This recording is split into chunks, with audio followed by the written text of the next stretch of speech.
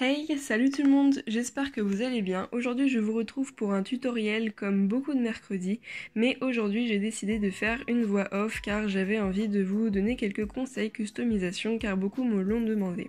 Je savais pas trop comment illustrer cette vidéo alors j'ai envie de faire tout simplement comme d'habitude, sauf que là je vais vous dire tout ça un peu en direct.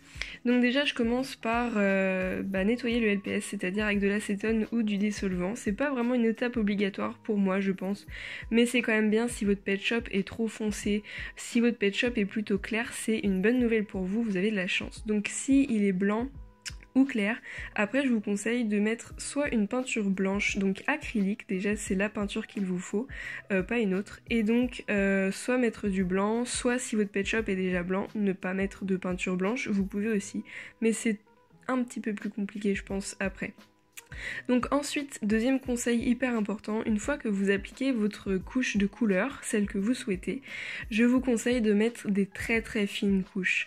Mis à part la qualité de la peinture qui est hyper importante, je pense que c'est le deuxième conseil hyper important à appliquer, c'est vraiment d'appliquer des couches supra fines, c'est-à-dire vraiment. Voilà le rendu, là déjà, vous voyez qu'il n'y a pas trop de traces de pinceau comparé à mes premières, où vraiment je mettais énormément de couches et que j'attendais pas trop que ça sèche. Donc déjà c'est très important de bien laisser sécher avant d'appliquer peut-être la cinquième couche si votre peinture n'est pas extrêmement pigmentée. Après pour tous les détails, les décors etc, les pinceaux sont assez importants. Ne prenez pas des pinceaux trop gros pour faire des détails, tout ça, ça paraît logique mais si vous n'avez pas des pinceaux vraiment fins pour faire les détails, ne faites pas de détails. Donc voilà, les couches c'est super hyper important. Vraiment ne faites pas... Vaut mieux mettre 5 petites couches vraiment fines et bien attendre que ça sèche à chaque fois plutôt que 3 grosses et ça va faire du plâtras, ça va être moche. Donc vous voyez que moi mon rendu est assez fin etc. Donc vraiment si vous appliquez ça à la lettre il n'y a pas de souci. Après au niveau de la qualité des peintures ça joue extrêmement beaucoup. Enfin moi je sais que mes peintures sont maintenant d'assez bonne qualité et si vous avez vu mes premières customisations vous pouvez voir il y a une différence parce que les miennes n'étaient pas du tout de bonne qualité.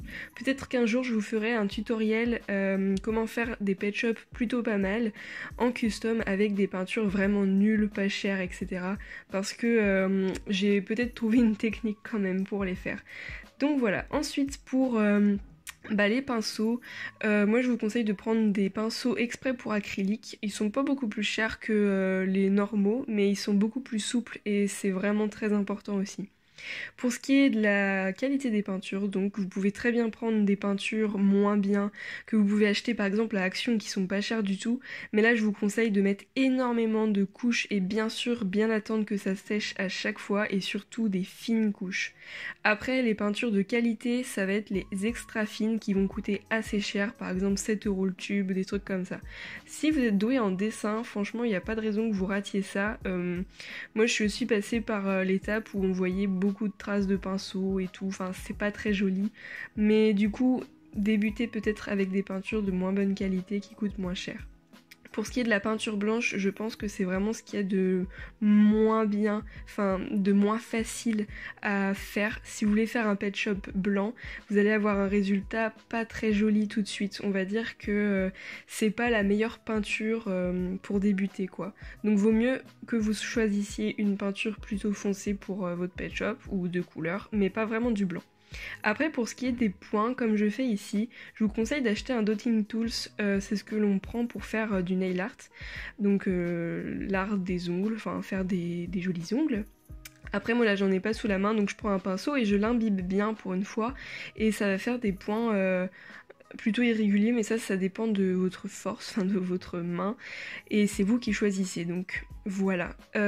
Ensuite qu'est-ce que je pourrais vous donner comme autre conseil? Donc après on va passer aux yeux et vous allez voir que pour les yeux je vais vous donner deux petits conseils qui sont quand même importants.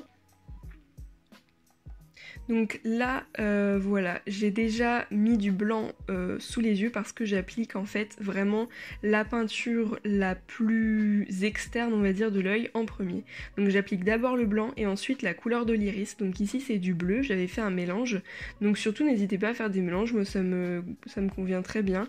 Après là vous voyez par exemple, j'applique beaucoup trop la peinture en épaisseur. Ça se voit tout de suite, donc ce que je fais c'est que j'essaye d'en retirer un petit peu en effaçant mon pinceau, enfin en l'essorant.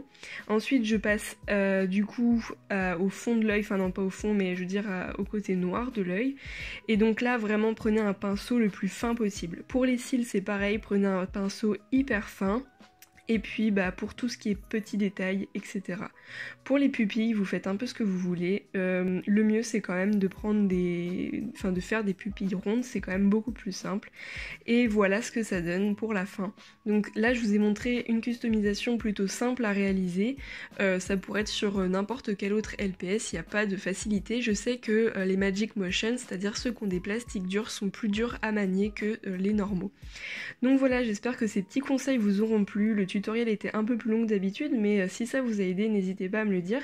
Et peut-être que j'en referai d'autres de ce genre, un deuxième en tout cas, d'ici cet été ou peut-être ce mois-ci, mais je ne pense pas parce que j'ai quelques petits retards. Donc voilà, j'espère que ça vous a plu. On se dit à bientôt pour de prochaines vidéos. Ciao!